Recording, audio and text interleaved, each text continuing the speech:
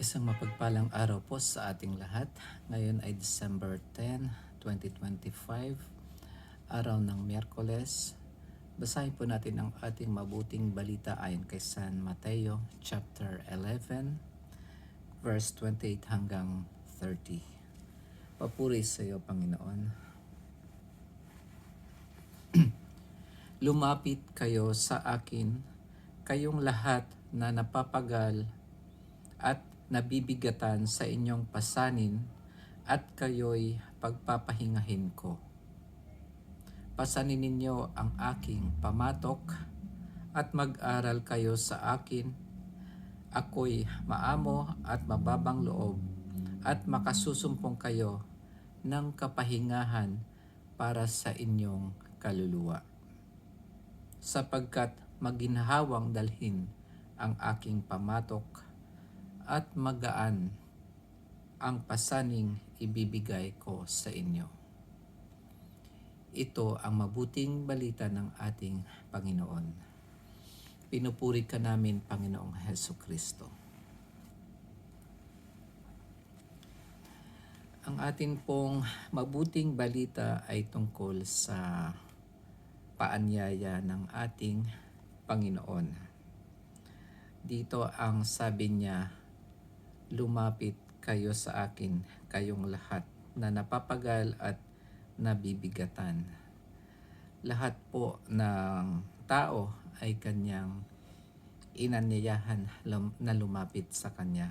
Lahat ng mga napapagal at nabibigatan, kahit ano pa mang yang mga pabigat sa ating buhay, maging problema sa relasyon, problema sa pinansyal, problema espiritual at problema sa pisikal. Lahat po tayo ay inanyayahan ng ating Panginoon na lumapit sa Kanya. At bakit ba niya tayo inanyayahan? Unang-una ay dahil tayo ay napapagal at nabibigatan, ang gusto niya ay pagpapahingahin ko. Gusto niya tayong bigyan ng kapahingahan. Hindi yung para makatulog tayo ng tahimik o kaya mahimbing, kundi magkaroon tayo ng kapayapaan ng isip, ng ating loob, na kahit nasa gitna tayo ng mga problema at pagsubok sa buhay, ay magkakaroon tayo ng kapayapaan ng isip at ng ating kalooban. Yan po ay hindi maibibigay ng mundo o kung anuman ang nasa paligid natin. Kung magpo-focus tayo sa mga bagay sa mundo na nabibili o kaya nakakamit natin sa pamamagitan ng ating sarili, yan po ay hindi totally na makapagbibigay sa atin ng kapayapaan. Halimbawa, gusto mo ng mga makabagong kasuotan, mga gadget, yan po ay mga kaya nating bilhin sa pamamagitan ng kung anong meron tayo. Tulad nung meron tayong kayamanan, kaya nating bilhin ito. Meron tayong resources para mabili ito. Pero itong mga bagay na ito na kaya nating bilhin o kaya nating makamtan sa sarili nating kakayanan, ito po ay hindi totally makapagbibigay sa atin ng kapayapaan. Ang talagang makapagbibigay lamang ng kapayapaan ay ang ating Panginoon, kung saan hindi natin ito makukuha sa pamamagitan ng ating sarili lamang. Kaya ang sabi niya rito, pasanin ninyo ang aking pamatok. Ang pamatok, ang mensahe ng pamatok ay yung relasyon o relationship. At para magkaroon tayo ng magandang relasyon sa ating Panginoon, kailangan panatilihin nating nananalangin tayo araw-araw at nakikipag-usap sa Kanya.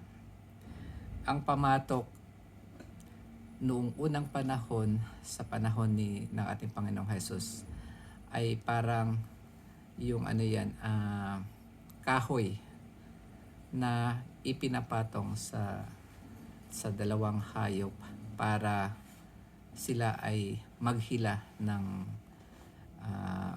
parang karawahe, kariton o kung ano man yon na mabibigat na dalahin. Dalawa sila at yung kahoy na yon ay nilalagay sa kanilang likod. Kaya itong pamatok, gustong ibigay ng ating Panginoon itong pamatok para yung sa isa ay para sa Kanya at yung isa ay para sa atin. Ang ibig sabihin lamang po ay para hindi tayo nag-iisa sa pagdala ng ating mga pasanin sa buhay. Kailangan natin ang tulong ng ating Panginoong Hesus sa pamamagitan ng Kanyang Espiritu Santo. Kaya hindi tayo nag-iisa sa paglalakbay patungo sa ating susunod na pupuntahan kung saan nandoon ang kaharian ng Diyos.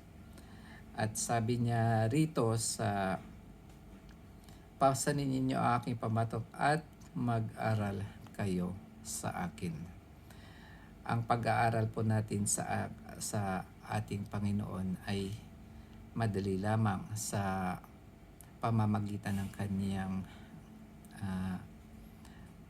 kanyang salita na nandito sa banal na kasulatan, sa pamamagitan ng kanyang simbahan, kung ano yung tinatag niya ng simbahan, at yun ang magbibigay sa atin ng karunungan.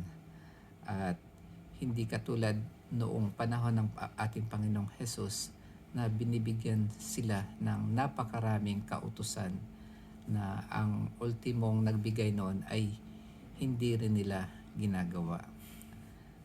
At dito nga sinasabi niya, ako ay maamo at mababa ang loob at makakasumpong kayo ng kapahingahan para sa inyong kaluluwa.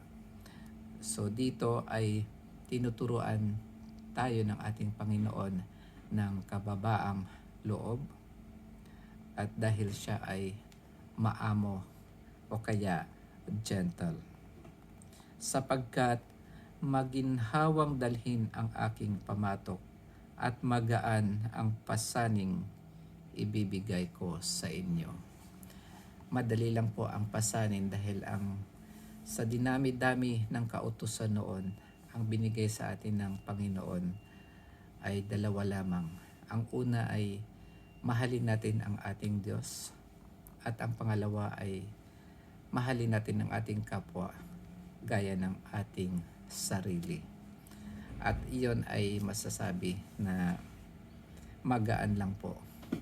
At iyon ay magiging magaan kung nandyan ang ating Panginoon nakatulong natin sa pamamagitan ng Kanyang Espiritu Santo. Yun lamang po mga kapatid, nawa meron kayong natutunan sa aking ibinahagi sa ating mabuting balita. Magkita-kita po tayo bukas. Amen.